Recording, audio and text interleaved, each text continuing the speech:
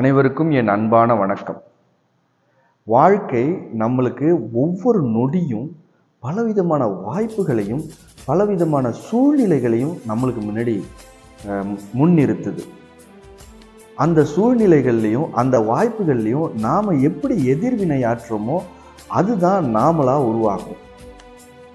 அதை பொறுத்து தான் நம்மளோட வாழ்க்கையோட தரமே நிர்ணயிக்கப்படுது. இப்போ அதை உங்களுக்கு இன்னும் புரிகிற மாதிரி சொல்கிறேன் பாருங்களேன். நம்ம இப்போ ஒரு ரோட்டில் போயிட்டுருக்கோம். நம்மளுக்கு எதுக்காப்புல ஒரு சின்ன ஒரு ஆக்சிடெண்ட் நடக்குது. ஒருத்தர் அடிபட்டு கீழே விழுந்து கிடக்கிறாரு. இப்போது இது ஒரு சூழ்நிலை. உங்களுக்கு முன்னாடி இந்த பிரபஞ்சம் ஒரு சூழ்நிலையை உருவாக்கியிருக்கு. இந்த சூழ்நிலைகளுக்கு நீங்கள் எப்படியெல்லாம் எதிர்வினையாற்றலான்னு பாருங்கள். ஒன்று, நாம் யாரோ உதவி பண்ணுவாங்க அப்படின்னு நினச்சி நம்மளுக்கு அர்ஜெண்ட்டாக ஒரு வேலை இருக்குது அப்படின்னு சொல்லிட்டு வேகமாக அதை பார்த்துக்கிட்டே கடந்து போயிடலாம். ஒன்று. ரெண்டாவது, இறங்கி நின்று கும்பலாக நின்று வேடிக்கை பார்க்கலாம். என்ன பண்ணுறாங்க, எப்படி அடிபட்டிருக்கு, கத்துறாங்களா, என்ன ஏது அப்படின்னு பார்க்கலாம். இல்லை மூன்றாவது, யார் இதுக்கெல்லாம் காரணம் அப்படின்னு சொல்லி அங்கே ஒரு ஆர்கியூமெண்ட்டை ஸ்டார்ட் பண்ணி விட்டு நீ தான் காரணம் நான் தான் காரணம்னு சொல்லிட்டு அந்த இடத்துல அந்த சண்டை போடுற இரு பிரிவினரில் ஒரு பிரிவினரோட நீங்கள் ஜாயின் பண்ணிக்கலாம். அடிபட்டு ஒருத்தர் கீழே விழுந்து கிடக்காரு. நாலாவது, எல்லாரும் செய்கிறது தான், நிறைய பேர் செய்கிறது தான், தங்களுடைய செல்லை ஓப்பன் பண்ணி வீடியோ ஓப்பன் பண்ணி அவர் அடிபட்டு எப்படி கஷ்டப்படுறாரு, அவர் அழுவுறத, அதுக்கப்புறம் இவங்கெல்லாம் சண்டை போடுறத படம் பிடிக்கலாம், சோஷியல் மீடியாவில் பதிவேற்றலாம். அடுத்தது பாருங்கள், நீங்கள் உடனே இறங்கி நின்றுட்டு ஒரு ஆம்புலன்ஸுக்கு ஃபோன் பண்ணலாம், போலீஸ்க்கு ஃபோன் பண்ணலாம்.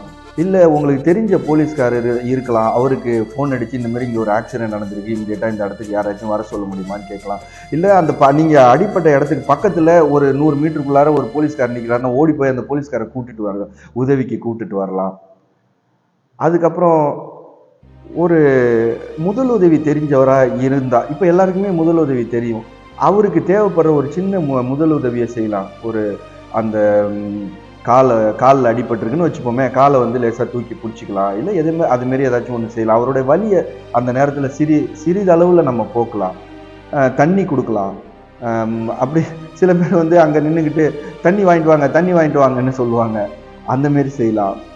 அப்படி இல்லைன்னா, என்னடா இவங்களாம் சண்டை போட்டுருக்காங்களே, சண்டை போடுறவங்களெல்லாம் விலக்கி விட்டு போங்கப்பா உங்கள் வேலையை பாருங்கள், நீங்கள் இவர் அடிபட்டு கிடக்கிற ஒரு ஹாஸ்பிட்டலுக்கு கூப்பிட்டு போவோம், போலீஸ்காரங்க அதுக்கான நடவடிக்கை எடுப்பாங்க, நீங்கள் போங்க அண்ணாண்ட அப்படின்னு சொல்லிட்டு எல்லாரையும் தள்ளி விட்டுட்டு ஒரு காற்றோட்டமான ஒரு சூழ்நிலையை நீங்கள் அங்கே உருவாக்கலாம்.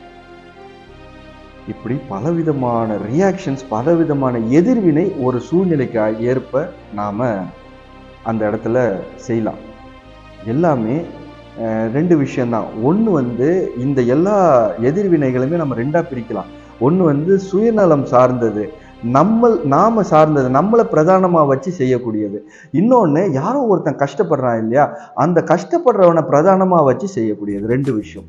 ஒன்று நம்ம சார்ந்து செய்யக்கூடியது எல்லாமே பார்த்தீங்கன்னா, எனக்கு என்னன்னு போகிறது, வீடியோ எடுக்கிறது, சண்டை போடுறது, இதெல்லாம் நம்மளை பிரதானமாக வச்சு நம்மளை பிரதானமாக காட்டுறதுக்காக செய்ய வேண்டிய விஷயங்கள். இன்னொன்று பார்த்தீங்கன்னா, அந்த அடிபட்டு கிடக்கிற ஒருத்தனுக்கு உதவி தேவைப்படுற ஒருத்தனுக்கு அவனை பிரதானமாக வச்சு செய்யக்கூடியது, அவனுக்கு முதல் உதவி செய்கிறது, உடனே ஆம்புலன்ஸை கூப்பிட்டு அவனை ஏற்றி அனுப்புறது, இந்த மாதிரியான விஷயங்கள், இந்த மாதிரியான எதிர்வினைகள் பொதுநலம் சார்ந்தது. சுயநலம் சார்ந்தது, பொதுநலம் சார்ந்தது. ஆஸ் எ மேன் திங்கர் அப்படின்னு சொல்லிட்டு ஒரு புக்கில் ஜேம்ஸ் ஆலன் இப்படி தான் சொல்கிறாரு. சூழ்நிலைகள் ஒரு மனிதனை உருவாக்குவதில்லை, சூழ்நிலைகள் ஒரு மனிதனை அவன் யார் என்று வெளி உலகத்துக்கு காட்டுகிறது அப்படின்னு சொல்கிறார். ஆஸ் எ மேன் திங்கர்ன்னு சொல்லிட்டு ஒரு புக்கில் சூழ்நிலைகள் உங்களை சுயநலமாக காட்டலாம், இல்லைன்னா ஒரு பொதுநலவாதியாக காட்டலாம், அடுத்தவங்களுக்கு உதவி செய்யக்கூடியவனாக காட்டலாம், அன்பானவனாக காட்டலாம், கடுமையானவனாக காட்டலாம், ஒரு கோபக்காரனாக காட்டலாம். சூழ்நிலைகள் உங்களை காட்டுது, அவ்வளோதான் வெளியில். ஆனால் நீங்கள் பேசிக்காக நீங்கள் எல்லாமாவே இருக்கிறீங்க. நீங்கள் ஒரு அன்பானவனாகவும் இருக்கிறீங்க, ஒரு கோபக்காரனாகவும் இருக்கிறீங்க, ஒரு சுயநலமானவனாகவும் நீங்கள் இருக்கிறீங்க. ஆனால் அந்த சூழ்நிலைகள் உங்களை எப்படி வெளிக்காட்டணுங்கிறத சூழ்நிலைகள் முடிவு பண்ணுது அப்படின்னு சொல்கிறேன். இந்த எதிர்வினைகளை பொறுத்து தான் உங்களோட வாழ்க்கையோட தரமே அமையும்.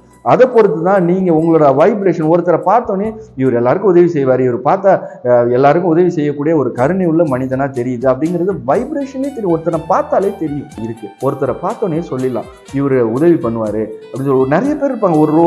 ஒரு டேர்னிங்கில் நம்ம வழி தெரியாம நிற்போம். அந்த இடத்துல ஒரு 10 பேர் நிற்பாங்க. ஆனா நம்ம வந்து அந்த 10 பேர்ல யாரோ ஒருத்தர்கிட்ட தான் போய் நம்ம உதவி கேட்போம். ஏன்னா நம்மளுக்கு தெரியும் அவர் உதவி பண்ணுவாருன்னு சொல்லிட்டு. அந்த 10 பேர்ல அதிகமா உதவி செய்யக்கூடிய மென்டாலிட்டியில யார் இருப்பாங்களோ அவங்கள்ட்ட தான் நம்ம போய் உதவி கேட்போம். அவருக்கு அந்த வழி தெரியாம கூட இருக்கலாம். ஆனா அவரு உங்களுக்கு ஒரு சின்ன ஒரு விளக்கத்தினால அவர் அந்த இடத்துல சொல்லிட்டு போவாரு. அந்த 10 பேர்ல நீங்க செலக்ட் பண்றீங்க இல்லையா, அது எப்படி செலக்ட் பண்றீங்கன்னா அவரை சுற்றின ஆறாவை வச்சு நீங்க செலக்ட் பண்றீங்க. உங்களுடைய ஃப்ரீக்வன்சியை வச்சு அவருடைய ஃப்ரீக்வன்சியை நீங்க மெஷர் பண்றீங்க. இப்படிதான் வாழ்க்கை போகும். எப்பயுமே ஒரு சூழ்நிலையில நாம எப்படி ரியாக்ட் பண்றோமோ அதை பொறுத்து தான் நம்மளுடைய வாழ்க்கை தரம் அமையும். சுயநலம் இல்லாத பொதுநலம் சார்ந்த எதிர்வினைகள் இருக்கணும், அன்பான எதிர்வினைகள் இருக்கணும். இப்படி செய்யறப்போ நம்மளுக்கு வாழ்க்கையில என்னன்னைக்கும் சந்தோஷம் இருக்கும். ஏதோ ஒரு பெரிய விஷயத்தை சாதிச்சிட்ட மாதிரியான உணர்வு நம்மளுக்கு ஏற்படும். அதுதான் நம்ம வாழ்க்கையில ரொம்ப முக்கியம். அது நம்மளுக்கு மனநிறைவை தரும். வாழ்க்கையில நல்லா வாழ்ந்திருக்கோங்கிற மனநிறைவு நம்மளுக்கு தரும். அந்த சந்தோஷம் நம்மளுக்கு ரொம்ப முக்கியமானது. சிந்தித்து செயல்படுங்கள். அனைவருக்கும் வணக்கம். வாழ்க வளமுடன்.